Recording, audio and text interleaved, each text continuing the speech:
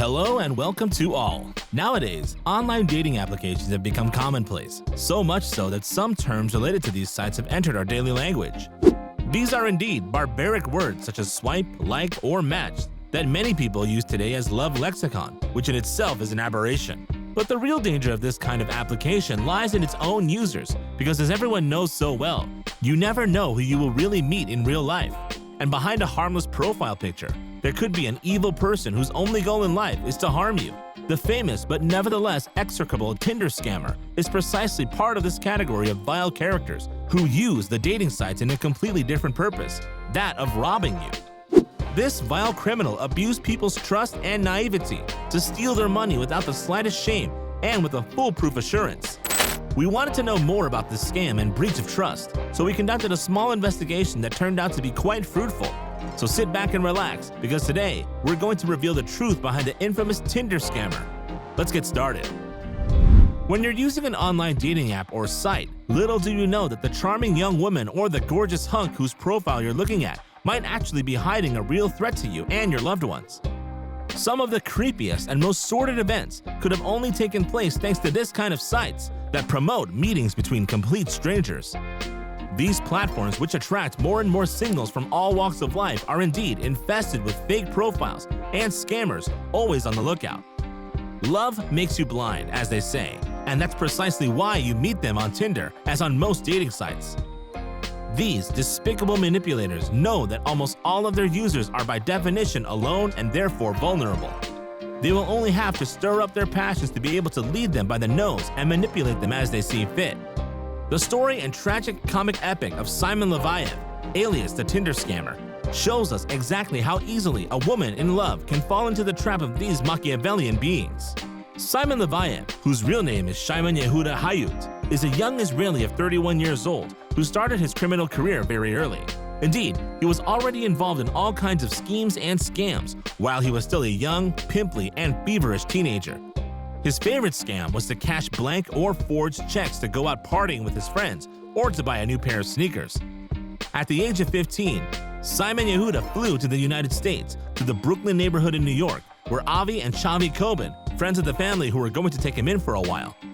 But Simon was not only going to abuse their hospitality, but also their trust, since he was going to steal the credit cards of the young couple and to go shopping on their backs. The ungrateful young boy was even going to ruin these poor people, since he was going to spend a little more than 23,000 euros in purchases as futile as useless, and this without feeling the least remorse. The ungrateful teenager will then return to his country, not without having made the party in the United States, with the credit cards he had shamelessly stolen from his benefactors. Simon Yehuda will quickly return to his old habits as a small fraudster with no great ambitions. But this time, these naughty actions were not going to remain without consequences, and Simon was going to have to face justice. Indeed, the young usurper had been hired in the meantime as a babysitter for a young couple in the neighborhood and had managed to gain their trust. But Simon was only there to rob these poor people, and once his misdeed was accomplished, he left the child alone at home and fled with his booty, a checkbook still blank. The police quickly issued a warrant for his arrest, but Simon Yehuda was already far away. The young man had indeed escaped from the country through the border of Jordan, using for the occasion a false passport under the name of Mordecai Nissim Tapiro. While an Israeli court was ruling on the charges of theft, forgery, and abandonment of a 5-year-old child, Simon was quietly installed in Europe and was already studying the way to make money without getting too tired. His plan was, as always, to gain someone's trust in order to better steal their money. And in the old continent, Simon was going to discover very quickly that many old single women were targets of choice because they had the annoying tendency to be a little too naive. Simon used his Casanova skills and his Mediterranean tan to turn the heads of these ladies, and we can say that he succeeded admirably. This despicable character had indeed managed to find a flawless way to hit the bullseye almost every time. He pretended to be a rich arms dealer, looking for a long and respectful relationship with a woman, whom he can love and fulfill all his desires with his money. In other words, the naughty usurper put himself in the shoes of the Prince Charming that almost all women dreamed of, a rich and serious young golden boy. It was hard for a woman to resist such a temptation, especially when Simon was doing his little charm act. Once he had chosen an unsuspecting victim, the young wolf would then pull out all the stops, with romantic candlelit dinners in fancy restaurants, romantic weekends in expensive palaces, or even dream trips on a private jet. Simon flaunted his alleged wealth, which had the gift of making his poor victims heads spin, as she already saw herself becoming the wife of a billionaire. But what these unfortunate women didn't know was that all this luxury had been paid for by those who had gone before them, and that they themselves would pay for others after them. In fact, Simon's plan was simple. Once he had totally put his victim's distrust to sleep, and she believed his false identity, he would start to extract large sums of money from her using all sorts of false excuses. He would usually pretend that his precious American Express VIP card had been stolen during a trip abroad. He would then ask his gullible victim to send him increasingly astronomical amounts of money, which he would of course promise to pay back as soon as he returned. Believing that they were dealing with a real billionaire, the young woman in love with Simon would send him whatever he wanted, without asking too many questions. The funds sent could easily reach 25,000 euros, sums that the poor young women had to get into debt with their banks to be able to send them to him. But they believed, of course, that it was for a good cause, because the money they sent would be used to help their lover in the meantime. And above all, they believed that they were going to get their money back and with interest, given the immense fortune that Simon had. And everyone knows that even the stingiest banks lend to rich people because they are sure to be repaid.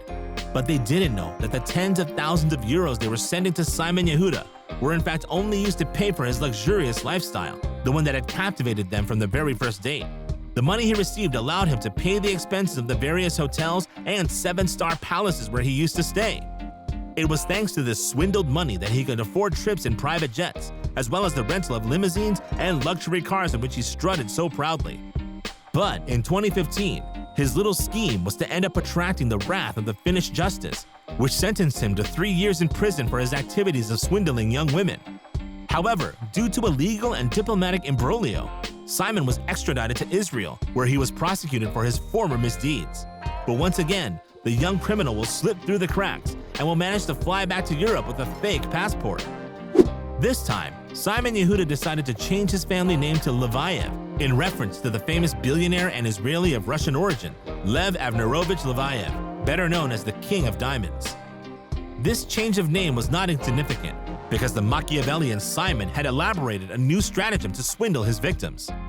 This time, he was going to pretend to be the only son of the Russian oligarch and the only heir to his immense fortune, and unfortunately, his plan was once again going to be a great success.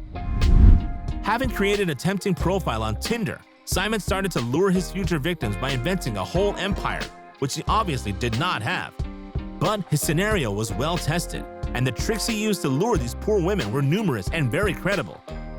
Simon put everything on his image, wearing branded clothes and luxurious watches, which were as fake as his character. But with well-crafted lies and a few thousand euros spent in luxurious parties, Simon Levayev managed to deceive everyone, and no one could have suspected anything. The only thing that could have put the flea in the ear of his victims was the fact that a son of a billionaire registers on Tinder to find his soulmate, because it seemed illogical for someone with such a fortune, since he could have as many women as he wanted just by snapping his fingers.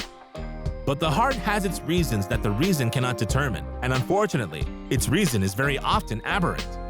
These young women had probably told themselves that they had to be unique to be able to marry a billionaire, and that the dream of a princess that they had been nurturing since childhood would finally come true.